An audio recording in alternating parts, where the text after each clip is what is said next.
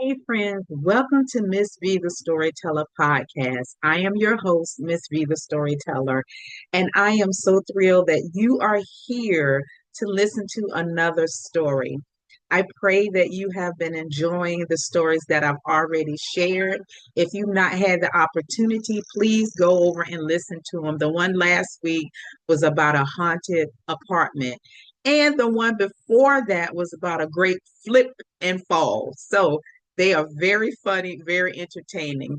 Today, I'm going to share a story about something that happened to me, something that was said to me. And sometimes we say things to people and we don't know how it's going to affect them. Well, in this story, the name of this story is called You Will Never Make It. You Are Too Fat and Too Young to Work in a Salon.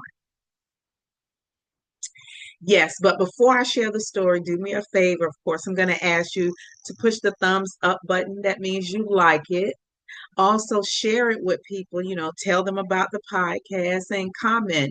You don't have to make a long comment. You can just go in and put, I enjoyed the story, or I've been there, done that. Just something letting me know that you are enjoying these stories. So, thank you so much for that in advance. So, let's hop right into the story. When I graduated from high school, I had my cosmetology license. And let me tell you, I was so thrilled. I was thrilled for the fact was that my great grandfather, we called him Big Daddy.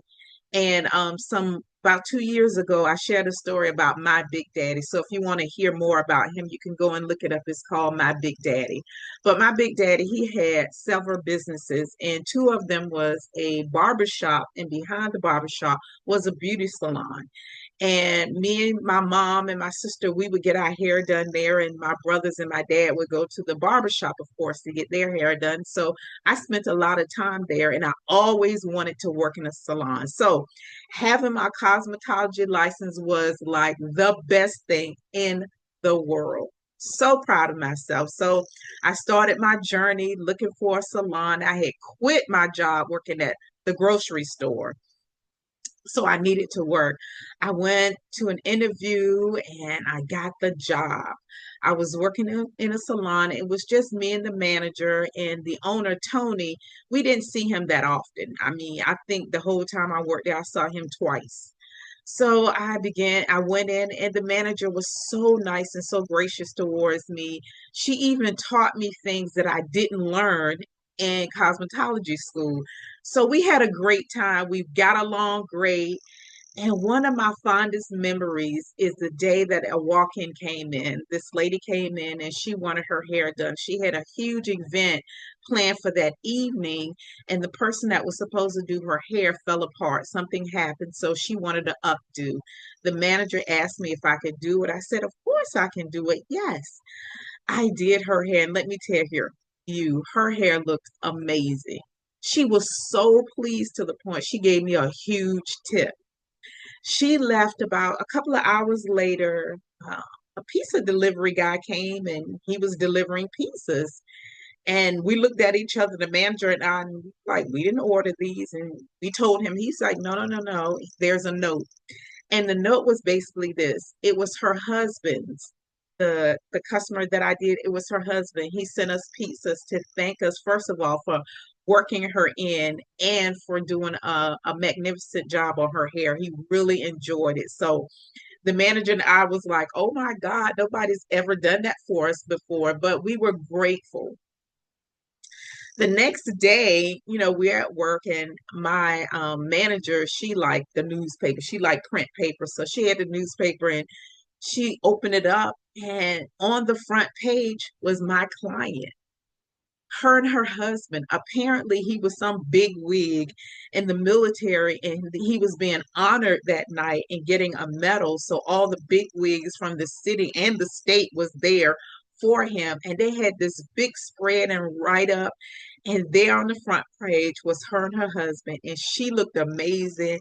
And if I should say so myself, her hair looked snatched. It was fabulous.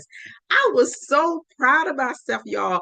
I rode that high for a while until the day Tony, the owner, came in, and he looked kind of flustered, and he said he came rushing in, and He sat down and he took a deep breath and he said, listen, take anything that you want.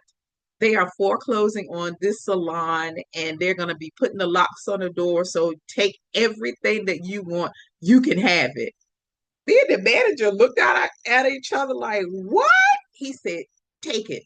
So you should have seen the three of us running around, ramming stuff into our cars. I don't know when, where, or how those people were coming in, but we were getting up out of there. I will say this.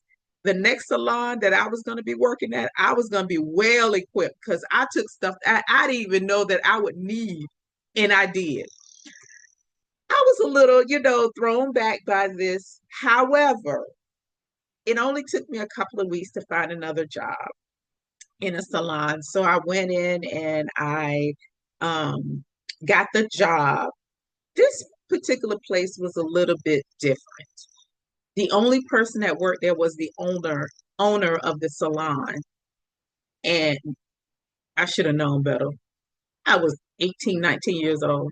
I didn't know any better. So I took the job and, I started the walk-ins start coming in and I start getting clients. And one of my mother's friends, they worked together. She said she needed her hair done. And I was like, okay, I can do your hair. And she came in and I did her hair and she loved it. She was raving about how wear her hair. She hadn't been able to find anybody. And she said that she was going to tell everybody she knew that I did her hair and she was going to help me to get some clients. Well, the owner, she was walking around mumbling under her breath, and I'm kind of taken aback, like, why?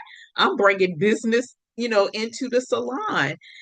And things between us began to change a little bit after that. I began to get phone calls asking me, for appointments. So I'm starting to, gain some clientele. Well, again, things between us changed. She would make remarks. She would say things. Even if the customer loved their hair, she would find something wrong with it. But I was making money, so I didn't care.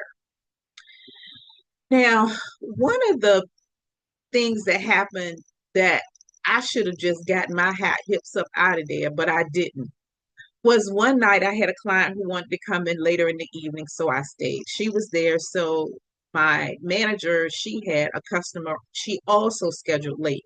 They came in, her and her husband came in, and the client sat in her chair and told her that she wanted her a new hairdo. She wanted something new and different. She just felt like just something different. Well, her husband was in the background. He said, you can get different, but you better not get it short. I do not want my wife's hair short.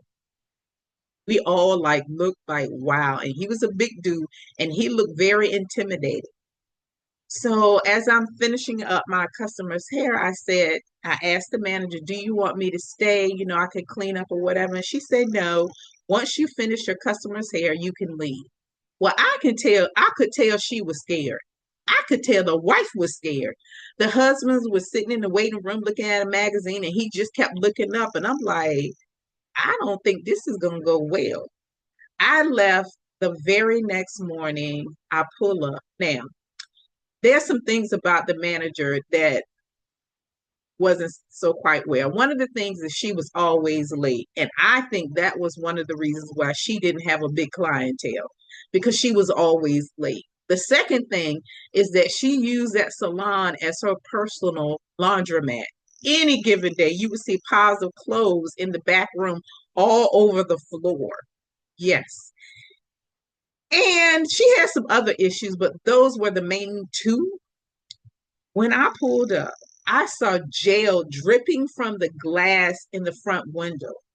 I got out of my car because, of course, she was late. I looked in the salon and I found bottles had been thrown on the floor, liquid all over the floor, magazines thrown all over the floor. It looked like somebody had gotten into a fight.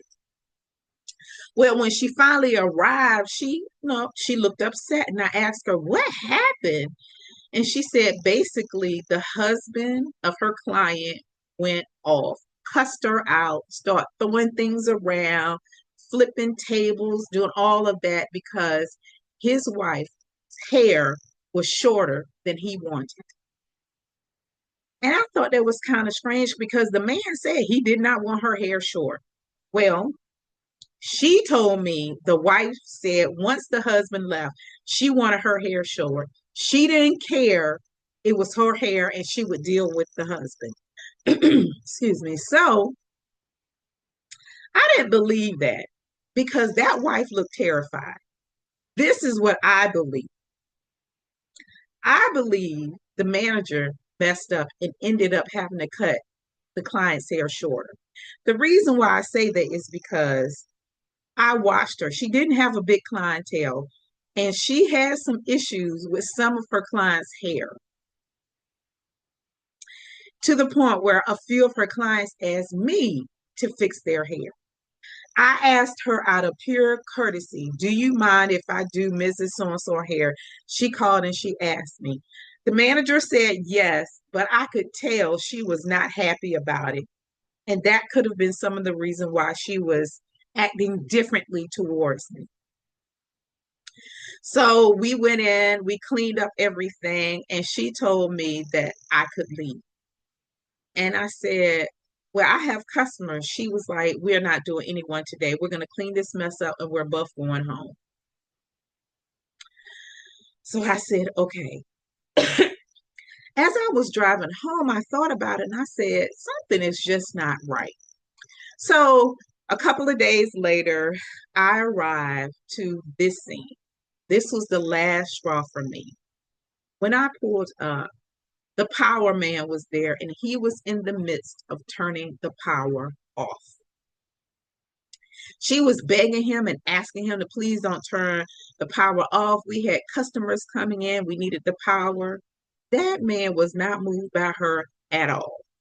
He turned the power off, got in his little white truck, and he pulled off. She was hot. She told me to reschedule the customers for that day and to go home.